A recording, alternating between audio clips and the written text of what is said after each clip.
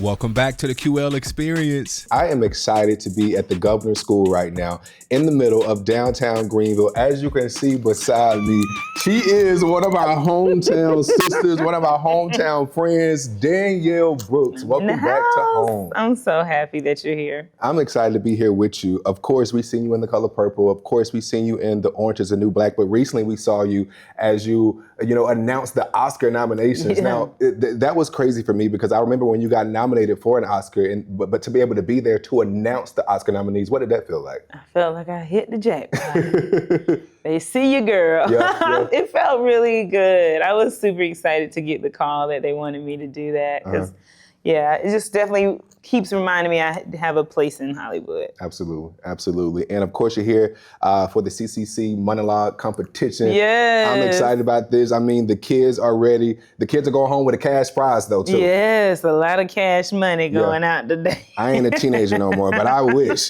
But when you talk about this monologue competition, it kind of makes me think all the way back to your teenage days. Yeah. And I believe, because I've heard you talk about him a lot, but August Wilson. Yes. He's an individual that has inspired your walk as a whole, as it regards to Broadway, your artistry. Can you kind of talk about why do you think it's important to have people like August Wilson in this industry, creating some of the things that he created back then? Oh my God, it gives voice to us. Yeah. Our stories matter. That was, when I read The Piano Lesson, which is written by August Wilson, and I was reading the monologue of Bernice, and she was talking about the legacy of her family and just all of the piano and all the history in the piano. I thought about my family. I had just lost my grandmother at the time, and my godmother, God rest her, both of their souls had just passed away. So it was me. Yeah. It was what I was experiencing. And then when I did the monologue here at Governor's School for some donors that were all these old white ladies, they was crying because they could relate to it. And that's when I was like, oh, see, that's what is the power of what we do. So I'm excited for these kids to be speaking the words, not of only August Wilson, but other Black playwrights, because it matters. Yeah. Why do you think it was so important for you to even say yes to something like this? I mean, you're back at home. You've once walked these grounds before, but you thought it was important to come back and give back to your school. Yeah, my spirit told me, what are you leaving? It's cool to get, but what are you giving? That's all I kept thinking about. What are you giving? When I'm in a period of not working, which we all go through in acting and stuff, that's when it hits me. I'm like, all right, I need to be doing something. That's the spirit saying, it's your time to be of service. Yeah. And so what other way, where do I start but at home? So. Where do you think your blessings come from? And I ask you that because I've been listening to this record you put out back in 2019, Danielle, with John B. And the record is called Blessings, but when I tell you, it is a reminder that sometimes you just have to keep going. Yes. So what does that song mean to you, and why did you write that song? And we need more music too, Danielle. Oh, really? I love the record with you and Megan Thee Stallion held up, but we need more music from Danielle Brooks. Thank you.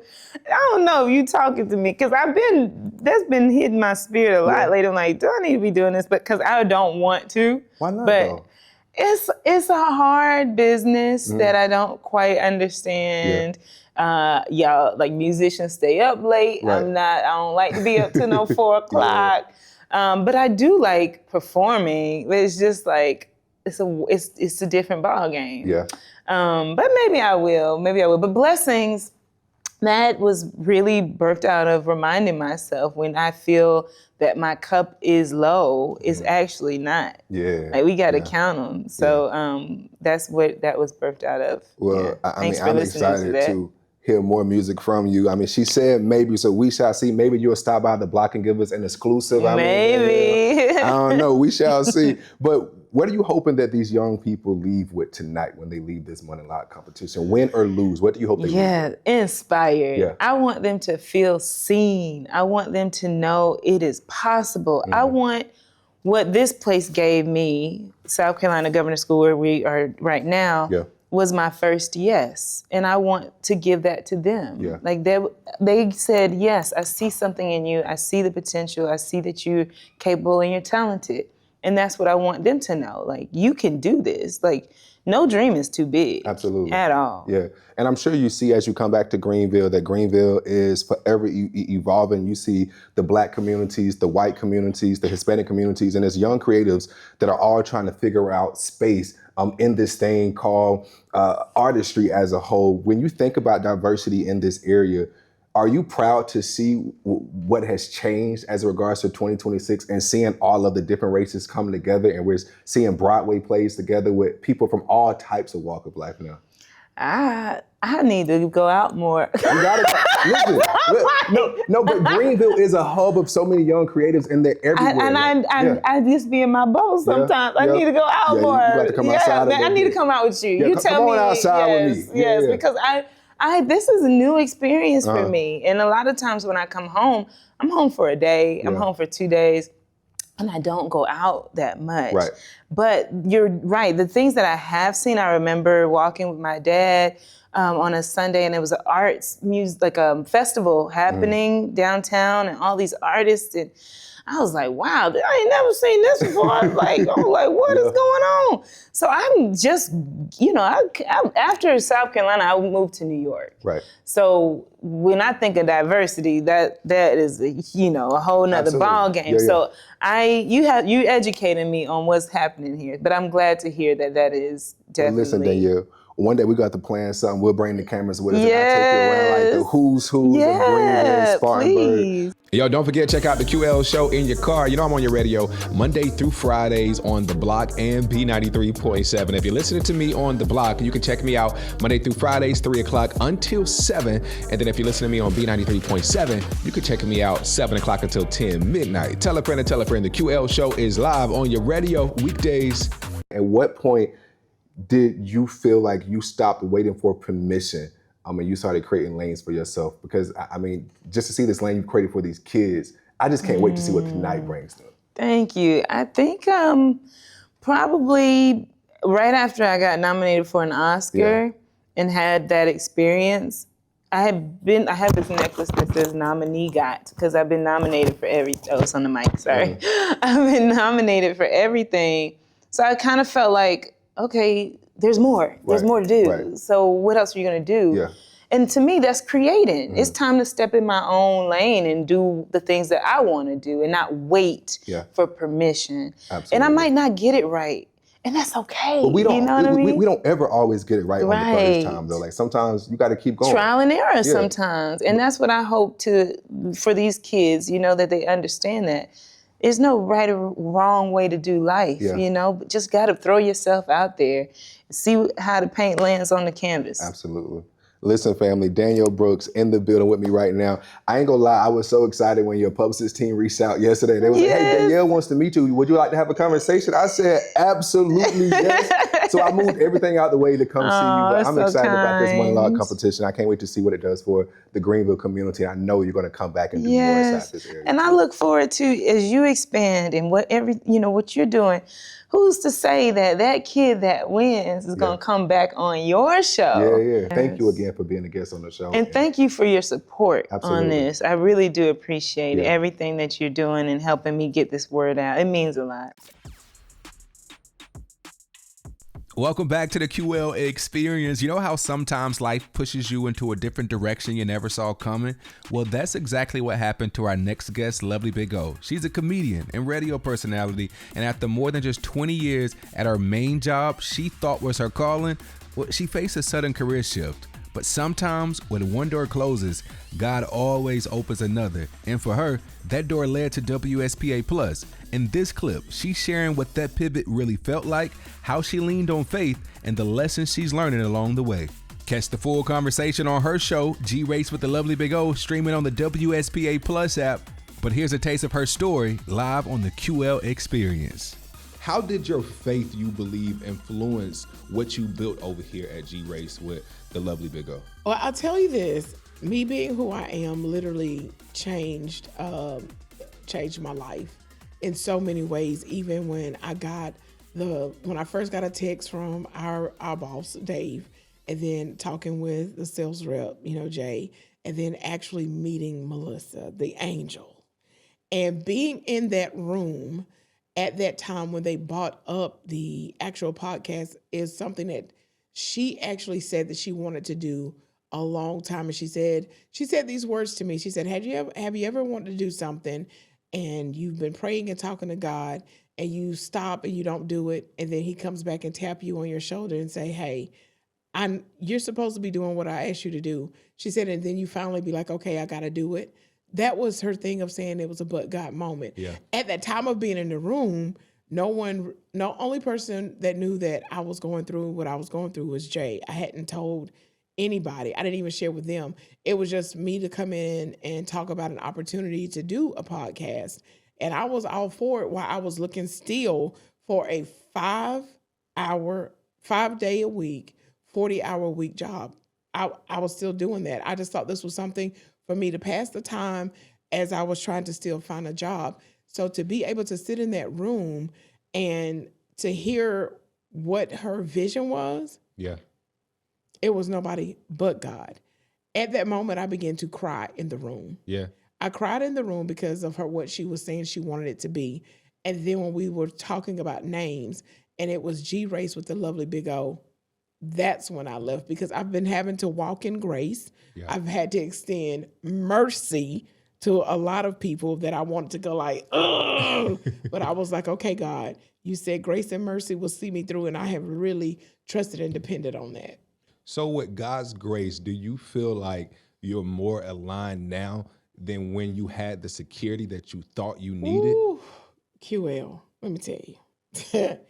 I am so more aligned. I am more aware. My faith now is I walk in this thing every single day with faith and trust in God more than ever.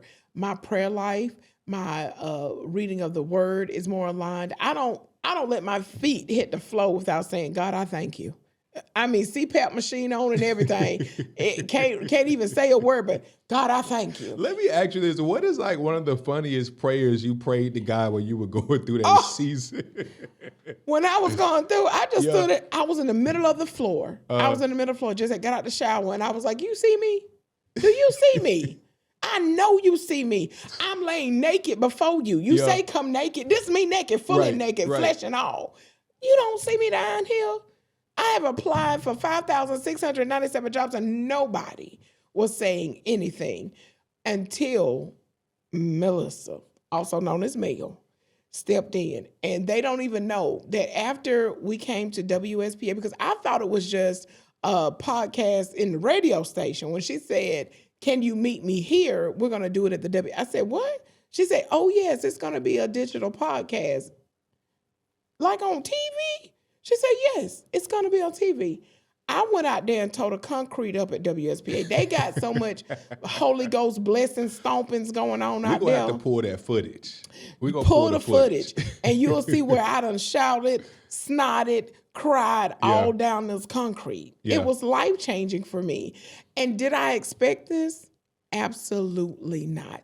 Did I know that this was going to be a but God moment? Absolutely not. But can you agree that losing control of your life gave you more clarity in your life, though? Listen, QL. I feel like a pastor today. Call Zachary Bruce. I feel like you a deacon. I feel like you a deacon. Call your pastor in here real quick. Let me tell you. Only thing that I could tell you is that it just transformed everything. Mm-hmm. It literally, me losing a part of something I thought I had control over, when God was like, I'm still in control. Yeah. I'm going to show you who your source is. I'm going to show you who the source is, and I'm going to show you how I can still supply the resource. You ain't got to worry about me ever doubting God ever again. And if you don't like him, don't talk to me. Don't talk to me because I don't want to talk I don't about it. want to talk to you. I don't want to talk to you. I don't even want you around me. Listen, I'm excited to be here with you inside the WSPA Plus studio family. Again, you got to make sure you follow her on all social media outlets, because I know you see her right here on your TV screens, but I mean, her social media is even better. She gives you the weather reports on a week-to-week basis. I try to do what I can because I believe in that. Sometimes you got to laugh until the pain is someone's mental, their mental stability status is at that moment. You don't know how someone is feeling just waking up and not wanting to go to work. So you just want to be able to allow people to laugh, to be able to bring a smile. So yeah, I mean, I need y'all to follow me on my Facebook page under Lovely Big O. I'm Lovely Big O everywhere. Instagram, TikTok, it's all Lovely Big O. You can listen to me each and every day, Monday through Friday, on 96.3 The Block. And let me tell you something now. It's a hip hop station. I don't want y'all to get carried away thinking y'all gonna see me over there with a tambourine, because I ain't gonna be over there with a tambourine. It is a R&B urban hip hop station, but you still get to hear the jokes and the laughter in my voice, even if you don't know the songs. But that's every day, Monday through Friday from 10 a.m. to 3 p.m. Always on social media. And then plus, watch G-Race Monday through Friday at 11 a.m. on the WSPA platform. It's the WSPA Plus. It's a free download, the Odyssey app. If you want to listen and not watch, you can download the Odyssey app to listen to the podcast as well. And I'm just really grateful for people like QL. Let me just tell you why I've got the opportunity to say thank you for being here during that time that I was really going through. I wish I could tell everybody the story, and I'm trying not to tear up, but it's amazing how God places people in your life to actually help keep you sane. Yeah. And some days when my phone wasn't ringing, I could always count on you to call, to get on my nerves. I don't care what it was about. So it just means so much that you were even there at that time when I needed you the most. And even when this happened, you just been there. So it's just an honor for you to be able to do this interview. And I said I wasn't going to cry, but I'm Jesus. sorry. Now you is working my nerves, along with that water bottle that's sitting inside the whole setup. What is that in that bottle anyways that you got over there? It's actually empty. I don't want people to think it's water. It's empty. And I said I wasn't going to cry, but you crying already. I know. But it matters when people call and check on you. My mom, my son, you, and a couple of my other friends made sure every day that you would call with some type of encouragement, and you just never know what that means. Because again, when you're consistently getting no, and to be able to share a joyous, momentum, like being able to have G-Race with the Lovely Big O, like you'll never know what it means to be able to partner with WSPA and Ingalls and Odyssey to be able to see something like this come to life. Did I ever think that this would be? Never in a million years. But am I grateful? Am I humbled? Am I excited to what God is doing? Most definitely. And this is truly my but God moment. Yeah, absolutely. And let me switch gears for a little while she dry her tears up now. But of course it is Women's History Month, right? And as a woman, I just want to ask this question, especially as a Black woman. Do you feel as if women are taught to endure it quietly, if that makes sense? Say it one more time, because honey. You still over there wiping the tears? I'm still I'm asking, like, do you feel like women were taught to endure it quietly? Oh, yeah. Oh, yeah. A lot of times you got to think about it. Women, we run the household. We carry so much, and we suffer in silence. That's me. I suffer in silence. I never want anybody to see my pain. I never want anybody to see that I'm going through. So yeah, a lot of times as women, we carry the load. Even when you're married, you carry, things that you're going through with your family, with your husband. All of that is carried. We'll learn to dress up, put your makeup on, still smile, still all the things. So yeah, a lot of us have to endure that. I didn't tell anybody really about it. If someone asked, that personally knew or worked at the place, I did share it. But other than that, no, because I just carried it. Yeah, no, absolutely. So do you feel like you struggled with starting over, or do you feel like women as a whole struggle with starting over? Well, I don't think we struggle with starting over. Change is always change is always good. You don't have to stay in the same place. What I think is, for me, it was control of what I saw for my life. Yeah. It wasn't so much of the change. Was it a fear? Of course. I'm 48 years old. I got a house. I have bills. I was, single at the time. And so it makes a difference. Things really shifted me in that place. But you put your boots on and strap up to live and fight another day. And I just knew that I had to continue to do it, because at the same time of me going through that, I still had to make people laugh until the pain is gone. Brokenhearted, scared, fear. I did all the things and still had to go and make people laugh. I had to go and do, speak at conferences. I still had to do all the things. I had to get on radio each and every day. Yeah. I still remember when you came to the QL experience and you revealed to the community what you had been going through. And there were so many people that were so shocked because of your smile, because of the joy that you bring to other people. And people are thinking, scratching their head like, how in the world is she going through anything when she comes out and she is this person on a day-to-day basis? Yeah, it's because I literally laugh until the pain is gone. God gave me that motto a long time ago, and I lived through it. And this is what I said. I said, oh, God, you got jokes. You said if you're going to live the motto, wear the motto, and work in the motto, you're going to make sure that I know about it. Yeah. So laughing until the pain is gone is no joke. Absolutely. At all. Absolutely. And speaking about pain, I want to talk about this because we are talking about Women's History Month, right? And Tyra Banks, she is facing a lot of criticism right now. Oh, I know this is a huge shift, but let's get into it because, the documentary came out on Netflix. I had a chance to watch it. I know you binge watched all in one night. She's facing criticism for her past, but do you think that the women that are giving her criticism are in their right? Because a lot of people are saying, well, you were going through that and you went through the episodes and you wanted to do the show, so why are you talking about it 20 years later? Well, I don't think it's so much are they in their right. Some of them had to go through therapy. Some of them are still trying to figure it out. I don't think it's nothing wrong if you're talking about something that hurt you in the past and you feel like it has not catapulted you, or you felt like, they didn't do what they said. I don't think it's nothing wrong. I'm probably going to be talking about this 40 years from now. If the Lord let me see about how y'all laid me off, Yeah. I don't think there's nothing wrong. But you didn't feel like Tyra Banks was wrong for how she produced that show? Well, I'm not going to say that, QL. I think it's a lot of things that she could, being a person that she is, I think that she could have redirected a lot of stuff. Because I remember America's Top Model, that one scene with that little girl in that shower, and then she got woke up and then realized back to the QL experience. She had been touched and agreed upon. And then she had to make that call to her. Right. I remember now, that. it's some stuff you shouldn't have had to put on there. I think that's something that should have been kept quiet. So do you feel like Tyra still needs grace, though, throughout this situation? Because, she's getting backlash on a day-to-day basis. Everybody needs the extended Everybody needs grace and mercy, okay? Everybody extends grace and mercy. But she's put out season 25, though. Yeah.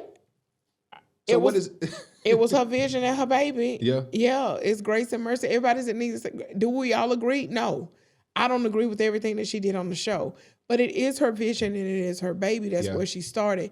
Do I think that she, owes some people some apologies? I do. Absolutely. I do think you need to apologize to some of the people that are feeling hurt, damaged, and those that feel like you broke them. I even feel like there were some women that were starving themselves on that show because back then that was a thing, right? And there would be these skinny women, skinnier than me, and they would come up there and they would still call them fat. Yeah. They would say they were plus size models and they wouldn't make it in the industry. When you watch that show as a fuller figure woman, what is that like? How did that show make you feel seeing what some of those women went through at that time? Because they were so young, they were teenagers. I was like, they're dying to be skinny, and I ain't with that. I'm gonna eat this macaroni and cheese and watch this show. So you ain't never wanted to be skinny like me, like you want a thin figure. I've never. Let me tell you something. I learned a long time ago with my grandmother, my mom, my mother. My weight has never defined me. God defined me, and He made me who I am today. So I've never let my weight or my hair or anything like that define who I am. God made me. He's happy with me. Now, if you lose weight, if you have surgery, that's all on you. I don't judge you. But I ain't never had a desire to go ahead and make myself throw up. It ain't happening. Oh. It ain't happening. I've never had a desire to do anything to alter who I am in that way. Yeah. Now, if it's something that's health, they're like, hey, you're going to have to do this in order for you to live. Now, we might have to have a talk or two. But I'm not going to make myself physically throw up just to be on a show. I'm not going to do that to say I need to fit in with a particular group. I'm not doing that. That's just a preview of my conversation from G-Race with the lovely Big O. The full episode drops soon, and you can watch it on the WSPA Plus app. And coming up next on the QL Experience, 5-time Grammy Award winner Samara Joy is joining us ahead of her concert at the Peace Center. We're talking about music, momentum, and what's next for her in 2026. Make sure you're following the QL Show on all social media outlets for exclusive interviews, behind-the-scenes content, and just so you can be in the know. Thanks for watching the QL Experience.